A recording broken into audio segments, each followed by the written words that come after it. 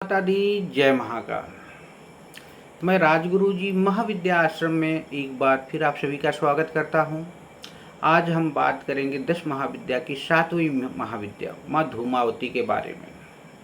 माँ धूमावती इस ब्रह्मांड की जितनी भी आसुरी शक्तियां हैं उनकी स्वामिनी है।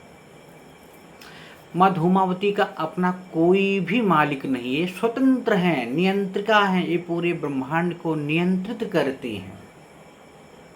एक बार माँ धूमावती ने सौगंध ले ली, शपथ ले ली कि जो मुझे युद्ध में पराजित करेगा मैं उसी से शादी करूंगी। क्योंकि माँ धूमावती कालों की भी काल हैं, तो इस ब्रह्मांड में कोई उनको पराजित नहीं कर पाया, इसलिए वह पूरे जीवन भर कुमारी रह गई। और इसीलिए इनका नाम जो विधवा का भी जो स्वरूप लिया जाता है, विधवा का भी है। क्योंकि इन्होंने अपने पति शिव को निगल लिया था, इसलिए इनको विधवा का स्वरूप भी कहा जाता है। तो क्योंकि इनके गर्भ को कोई चूर कर ही नहीं पाया, इनको पराजित ना कर पाया, इसलिए इनकी शादी भी नहीं हुई। वैसे तो नारद तंत्र के हिसाब से कहते हैं कि इन्होंने अपने शरीर से उग्र चंडिका को प्रकट किया था, जो सैकड़ों गीदड़ियों की तरह आवाज निकालने वाली थी। शिव को निगलने का तात्पर्य है कि ये अपने स्वामी को निगल लिया, क्योंकि ब्रह्मांड की समस्त शक्तियों की स्वामिनी थी। तो इनको दिखाना भी था माँ को कि मैं ही हूँ जो इस आज ब्रह्मांड को नियंत्रित करती हूँ। इनके कई स्वरूप है। जब इनका ध्यान किया जाता है माँ का, तो इन्हें विवर्ण, चंचला, काले रंग वाली, मैले कपड़े को धारण करने वाली, खुले केशों वाली विधवा, काकध्वज, रथ में आरूढ़, हाथ में सूप लिए हुए, भूख और प्यास से व्याकुल रहने वाली माँ, और अपने जितनी भी इनकी सखियां हैं, सहेलियां हैं, जो भी इनकी, क्योंकि संसार की जितनी आशीष शक्तियां हैं उनकी स्वामिनी है।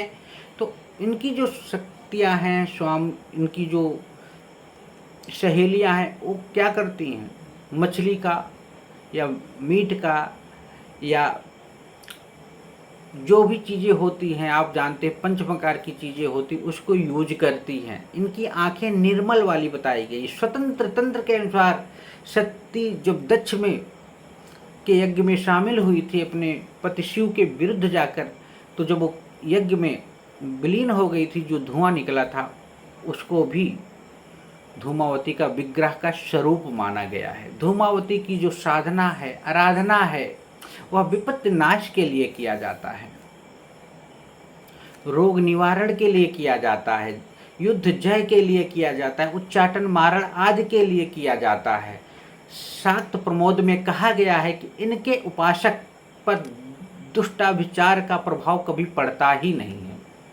संसार में रोग है, व्याधि है, दुख है, जो 4 कारण देवता हैं उनका कोई प्रभाव ही इनके साधक के ऊपर नहीं पड़ता है। ज्वर है, उन्माद है, दरिद्रता है, कोप है, क्षुधा है, नवग्रह से संबंधित कोई दोष है, इन सब का कोई प्रभाव इनके साधक के ऊपर कभी पड़ता ही नहीं है।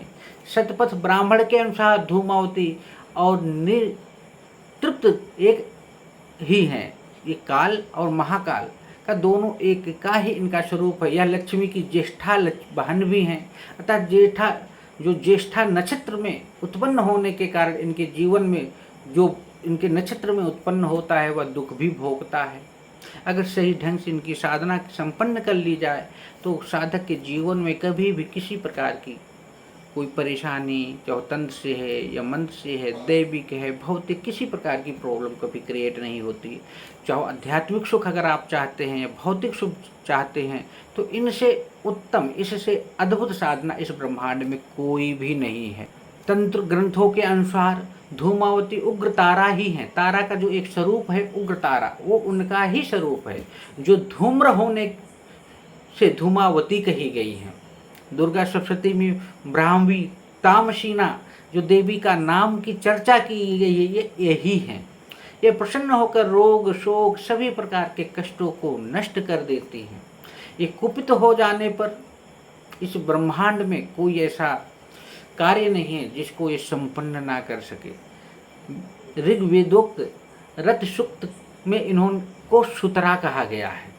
इसका मतलब है तारने योग्य, तारा या तारणी को इनका जो स्वरूप बतलाया गया है कि इसका मतलब कि इनकी साधना करने वाले साधक स्वयं ही तर जाता है, वो मोक्ष का अधिकारी हो जाता है।